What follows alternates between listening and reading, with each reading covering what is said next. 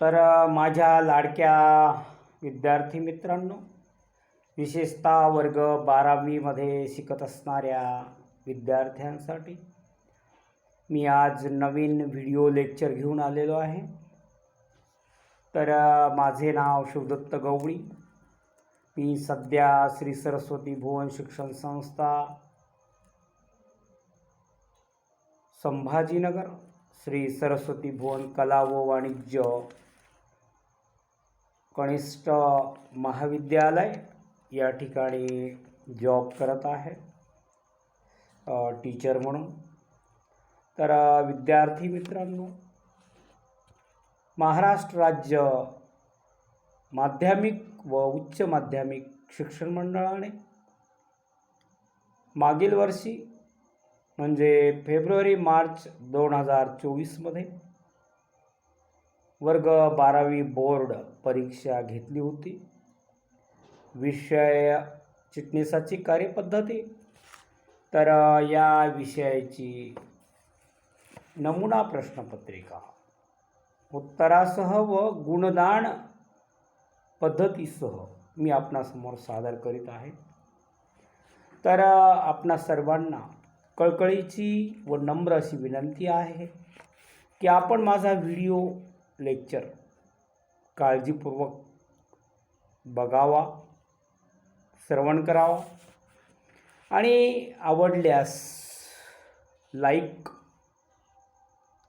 Comments, share, subscribe तसेच बाजूच्या आयकॉनला क्लिक करायला विसरू नका. प्रश्न आहे 5वा, कारण 1 ते 4 प्रश्न मी घेतलेले आहे. वर्ग 12वा बोर्डाची प्रश्नपत्रिका फेब्रुवारी-मार्च 2024. विषय आहे चिटणीसाची कार्यपद्धती किंवा सचिवाची कार्यपद्धती. प्रश्न 5वा, पुढील प्रश्नांची थोडक्यात उत्तरे लिहा. कोणतेही 2 मार्क्स आहेत. 8 प्रत्येक प्रश्नाला 4 मार्क्स आहेत. नंबर 1, कर्मचारी भाग विकल्प योजना स्पष्ट करा. एकदा मी सर्व प्रश्न वाचन करतो आणि नंतर मग त्या प्रश्नांची उत्तरं सांगतो. नंबर 2, ठेवीच्या स्वीकृती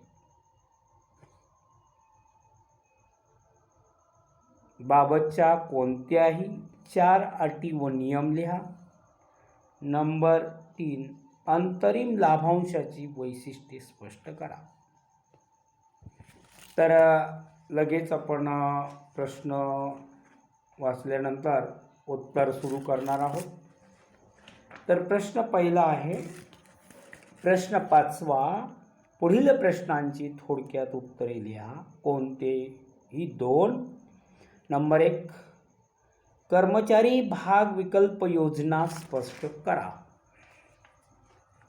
बघा मग,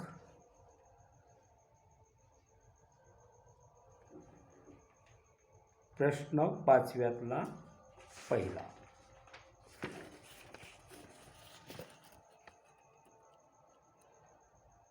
त्यामध्ये कर्मचारी भाग विकल्प योजना म्हणजे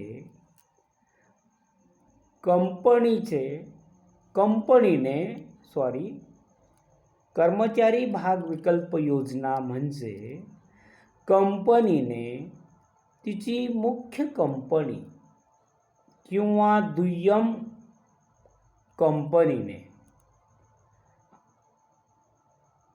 आपल्या पूर्ण वेळ संचालकांना, कायमस्वरूपी पदाधिकाऱ्यांना आणि कर्मचाऱ्यांना पूर्वनिश्चित दराने भविष्यातील एखाद्या तारखेस भाग खरेदी करण्याचा दिलेला हक्क किंवा लाभ होय. ब आहे, या योजनेद्वारे कंपनी त्याच्या कंपनी त्याच्या म्हणजे कंपनी स्वतःच्या त्याच्या नाही, या योजनेद्वारे कंपनी स्वतःच्या कर्मचाऱ्यांना व्यवस्थापनात सहभागी होण्यास उत्तेजन देते. ज्या कंपन्यांचा व्यवसाय त्यांच्या कर्मचाऱ्यांच्या विशेष मानसिक कौशल्यावर अवलंबून असतो, अशा कंपन्यांसाठी ही योजना अत्यंत उपयुक्त ठरते. उदाहरणार्थ, माहिती तंत्रज्ञानासंबंधित कंपन्या, तांत्रिक उत्पादन कंपन्या, जाहिरात देणाऱ्या कंपन्या, प्रसार माध्यमे इत्यादी. आता क बघा, क पॉइंट, क मुद्दा. कर्मचारी भाग विकल्प योजनेच्या तरतुदी पुढील प्रमाणे आहेत. नंबर 1, कंपनी किंवा कर्मचाऱ्यांना प्रत्यक्ष अथवा थेट किंवा कर्मचारी कल्याण संस्थेद्वारे भाग वाटप करते. नंबर 2, या योजनेद्वारे वाटप केलेल्या भागांचे मूल्य बाजार मूल्यापेक्षा फार कमी असते. नंबर 3, या योजनेअंतर्गत कर्मचाऱ्यांसाठी प्रत्यायोजन वेस्टिंग कालावधी 1 वर्षाचा असतो. नंबर 4,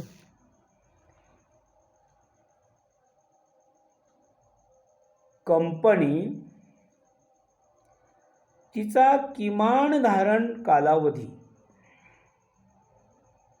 निश्चित करते. विकल्प दिलेल्या तारखेपासून ते धारण करण्यामध्ये किमान धारण कालावधी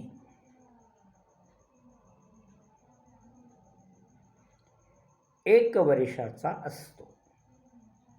नंबर 5, कर्मचारी या योजनेअंतर्गत जोपर्यंत भाग खरेदी करीत नाही तोपर्यंत तो लाभांश आणि मतदानाच्या अधिकाराचा लाभ घेऊ शकत नाही.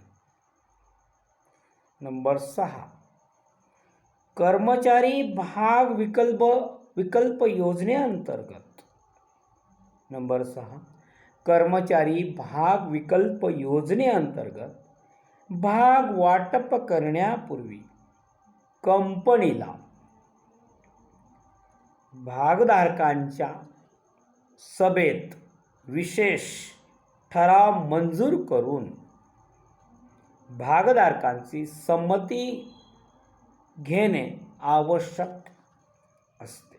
नंबर 7, या योजनेअंतर्गत खरेदी केलेले भाग हे भागधारक हस्तांतरित करू शकत नाहीत किंवा गहाण किंवा तारण ठेवू शकत नाहीत. नंबर 8, या योजनेचे व्यवस्थापन करण्यासाठी भरपाई समितीची स्थापना करावी लागते.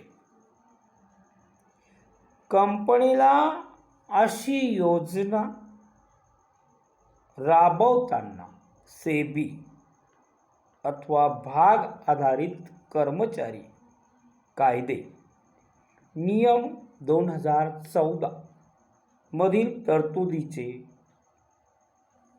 पालन करावे लागते. हा झाला पहिला प्रश्न. आता दुसरा प्रश्न काय आहे बघा. ठेवीच्या स्वीकृतीबाबतच्या कोणत्याही 4 अटी व नियम लिहा. तर बघा मग, ठेवी स्वीकृतीबाबतच्या प्रश्न काय आहे परत वाचतो. ठेवीच्या स्वीकृतीबाबतच्या कोणत्याही 4 अटी व नियम लिहा. उत्तर, ठेवीच्या स्वीकृतीबाबतच्या अटी व नियम पुढील प्रमाणे स्पष्ट करता येतील. नंबर 1, ठेवीची रक्कम खाजगी कंपनी आपल्या सभासदाकडून, संचालकाकडून व त्यांच्या नातेवाईकाकडून वसूल भाग भांडवल व मुक्त राखीव निधीच्या 100% एवढी रक्कम ठेवींच्या स्वरूपात स्वीकारू शकते. तथापि विशिष्ट श्रेणीतील काही खाजगी कंपनी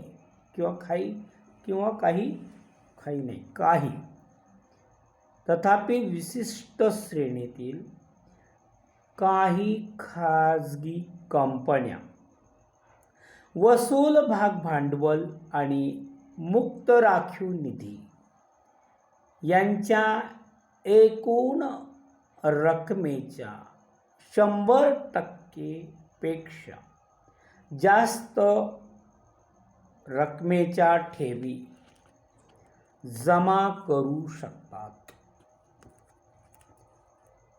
पात्र सार्वजनिक कंपन्या व इतर सार्वजनिक कंपन्या आपल्या सभासदांकडून वसूल भाग भांडवल व मुक्त राखीव निधी यांच्या एकूण रकमेच्या अनुक्रमे 10% व 35% एवढ्या रकमेपर्यंत ठेवी स्वीकारू शकतात. तसेच पात्र सार्वजनिक कंपन्या सर्वसामान्य जनतेकडून वसूल भाग भांडवल व राखीव निधीच्या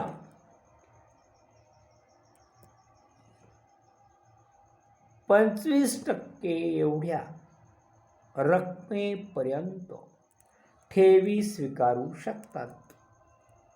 सरकारी कंपनी आम जनतेकडून किंवा सर्वसामान्य जनतेकडून वसूल भाग भांडवल व मुक्त राखीव निधी यांच्या एकूण रकमेच्या 35% एवढ्या रकमेपर्यंत ठेवी स्वीकारू शकते. ठेवीचा कालावधी. ठेवींचा कालावधी हा कमीत कमी 6 महिने व जास्तीत जास्त 36 महिने किंवा 3 वर्ष असतो. अपवादात्मक अथवा विशिष्ट परिस्थितीमध्ये कंपनी तिच्या अल्पकालीन वित्ताची गरज भागवण्यासाठी 6 महिन्यापेक्षा कमी कालावधीच्या ठेवी स्वीकारू शकते. अशा ठेवींची परतफेड 3 महिन्यांच्या आत करता येत नाही. अशा ठेवींची रक्कम ही वसूल भाग भांडवल व मुक्त राखीव निधी यांच्या एकूण रकमेच्या 10% पेक्षा जास्त असता कामा नये. नंबर 3, भाग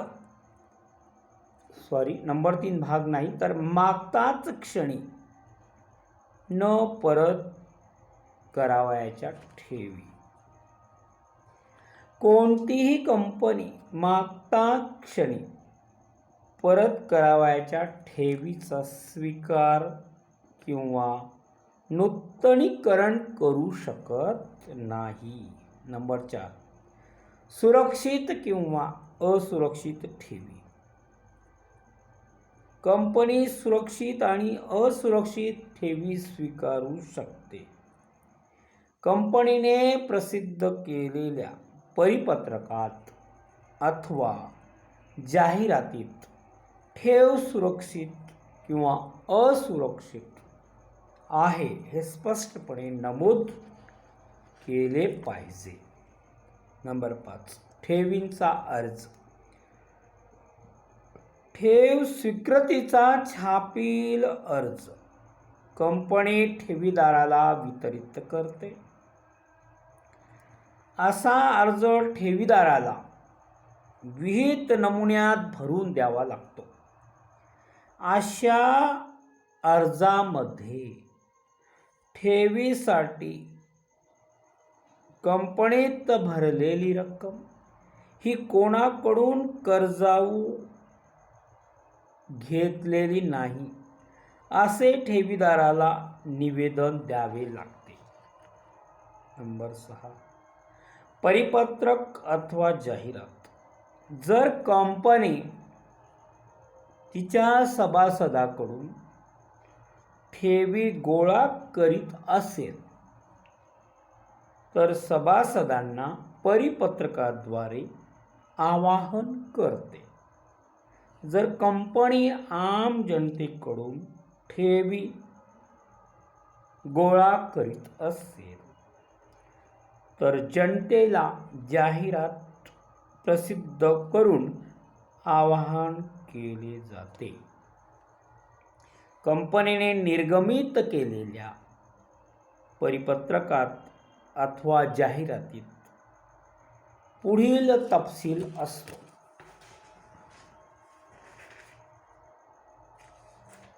तर पुढे बघा, कंपनीच्या आर्थिक स्थितीचे विवरण, स्वीकारण्यात आलेल्या ठेवीतील सुरक्षित आणि असुरक्षित ठेवींचे प्रमाण, पतमानांकन संस्थेचे पतमानांकन, ठेव योजना तपशील, ठेव विश्वस्तांची नावे, स्वीकारण्यात आलेल्या मागील ठेवीपैकी ठेव रक्कम इत्यादी.